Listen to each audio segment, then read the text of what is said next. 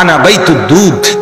প্রত্যেকের কবর প্রত্যেককে ডেকে বলে, ও আল্লাহর বান্দা, জানো আমি পোকামাকড়ের ঘর, পোকামাকড়ের ঘর। তুমি তো সেই বান্দা যে একটা মশা কানের পাশ দিয়ে উড়ে গেলে তোমার ঘুম বন্ধ হয়ে যায়, চোখ মিলে যায়। একটা মশার গুনগুন আওয়াজ সহ্য করতে পারো না। একবার কয়েল, একবার অ্যারোসোল, একবার মশারি, এরপরেও তুমি চাও যে একটা মশাও যেন আমার কানের কাছে গুনগুন না করে।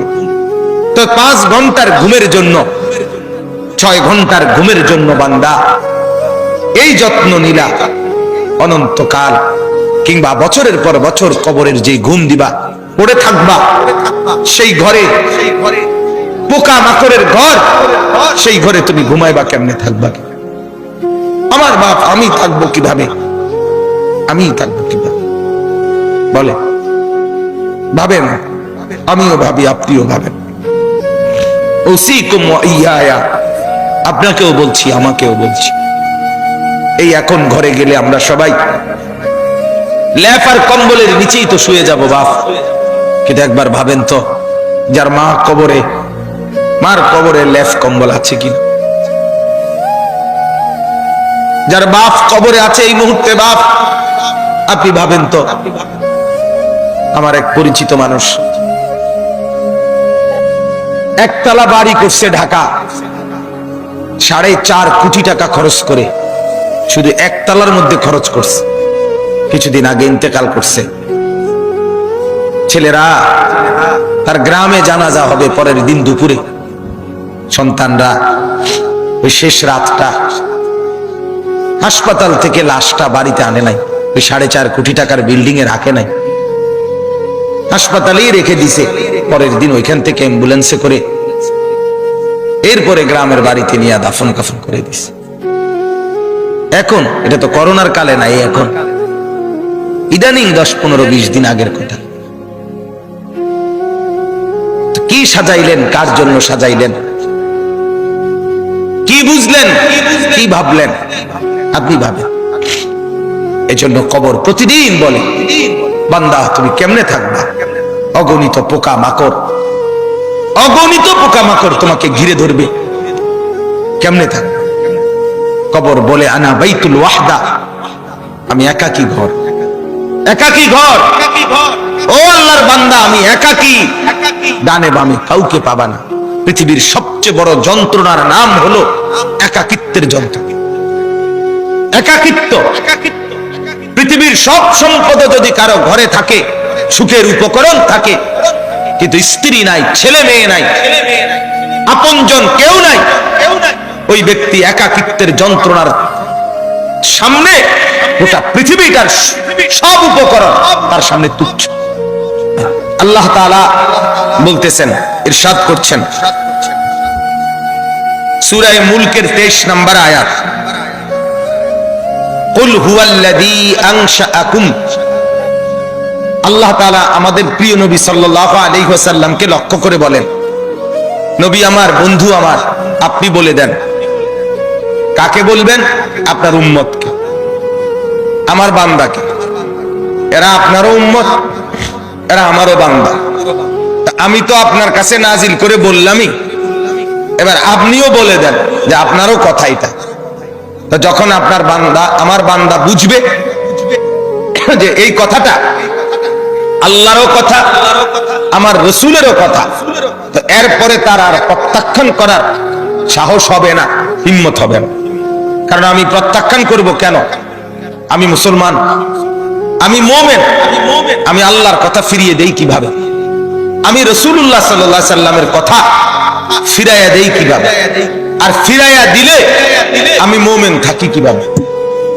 কথা বলেন বাপ।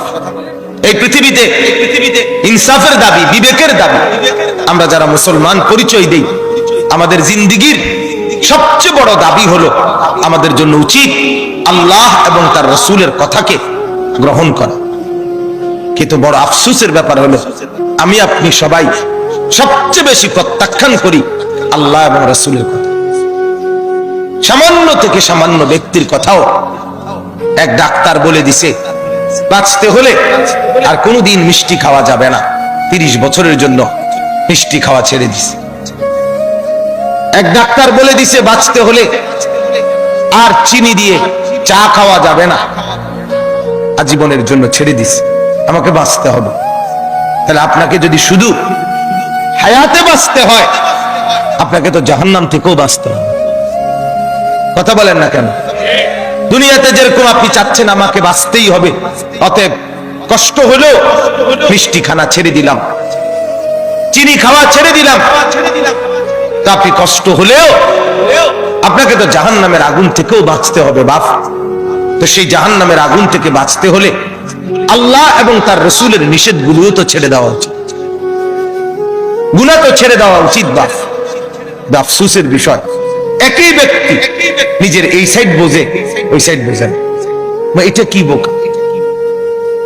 এটা তো বোকা ছাড়া আর কিছু না বাপ। আল্লাহ তাআলা বলেন, বান্দা তোমরা তো ভালোই বুঝেছ দুনিয়ার জীবনের উপরের অংশ, কিন্তু তোমরা ভুলে তো গেছো তোমাদের আখিরাত।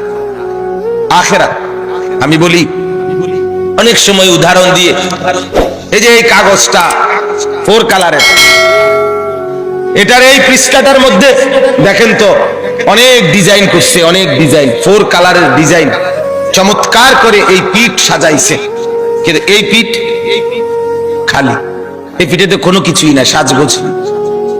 তো আল্লাহ তাআলা যেন বলছে, বান্দা মাটির উপরে তোমার যেই ঘর, সেই ঘর তো খুব সুন্দরভাবে সাজাইলা, ইট বালু সিমেন্ট, ময়মনসিংহ থেকে বালু আনছো, সিলেট থেকে পাথর আনছো, 1 নাম্বার ইট 1 নাম্বার বালু, এরপরে টাইলস, এরপরে খাট পালং sofa furniture, fridge AC, dining table, চায়ের কাপ, কাচের প্লেট, লবণের বাটি, অত্যাধুনিক সাজে পুরা ঘরটা সুন্দর করে সাজিয়েছ। বান্দা এই পিঠ তো খুব সাজাইলা, তো তুমি কি জানো মাটির নিচে তোমার আরেকটা ঘর আছে, সেই ঘরের নাম তো কবর। আমার বান্দা, আল্লাহ যেন বলছে, আমার বান্দা মাটির নিচের ওই ঘর, সে ঘর সাজাইবা না, সেটাও তো তোমারই ঘর। কি ভাই, শেষ বেলায় আমার বাপ, আমার ভাই, আমার বন্ধু, রাত অনেক হয়েছে, আমি ইচ্ছে থাকলেও লম্বা করতে পারবো না ভাই, আমারও ফিরে যাইতে হবে, কুমিল্লা ক্যান্টনমেন্ট যাইতে হবে। আমি আজকে গত শুক্রবারে বের হয়েছি, এখনো পথে পথে আছে, বাসায় যাই নাই, আজকে 5-6 দিন। তো আমি বলতে চাচ্ছি আপনাকে এই কথা, মাটির নিচের ওই ঘর, সেটা আপনারই ঘর, সেটা আমারই ঘর বাপ, সে ঘর সাজাবেন না। সে ঘরে এভাবে ভুলে গেলেন, এভাবে ভুলে গেলেন। তো এই জন্য বলি, এটা যেন এমন মাটির উপরের এই ঘর যদি খাট পালং আর সোফা দিয়ে সাজে, আল্লাহর কসম মাটির নিচের আপনারই ওই ঘর সাজতে হলে জিকির আর তাসবিহ তেলাওয়াত লাগবে। এই ঘর সাজবে খাট পালং দিয়ে, ওই ঘর সাজবে জিকির তাসবিহ তেলাওয়াত দিয়ে, আল্লাহ তাআলার গোলামি দিয়ে। প্রতিটা সেজদা ওই ঘর সাজিয়ে দেবে, প্রতিটা জিকির ওই ঘর সাজিয়ে দেবে, প্রত্যেকটা বন্দেগী আপনার কবরের ঘর সাজিয়ে দেবে। কবর প্রতিদিন ডাক দিয়ে বলে, আনা বাইতুদ দুধ। প্রত্যেকের কবর প্রত্যেককে ডেকে বলে, ও আল্লাহর বান্দা, জানো আমি পোকামাকড়ের ঘর, পোকামাকড়ের ঘর। তুমি তো সেই বান্দা যে একটা মশা কানের পাশ দিয়ে উড়ে গেলে তোমার ঘুম বন্ধ হয়ে যায়, চোখ মিলে যায়। একটা মশার গুনগুন আওয়াজ সহ্য করতে পারো না, একবার কয়েল, একবার অ্যারোসোল, একবার মশারি, এরপরেও তুমি চাও যে একটা মশাও যেন আমার কানের কাছে গুনগুন না করে। তো 5 ঘন্টার ঘুমের জন্য 6 ঘন্টার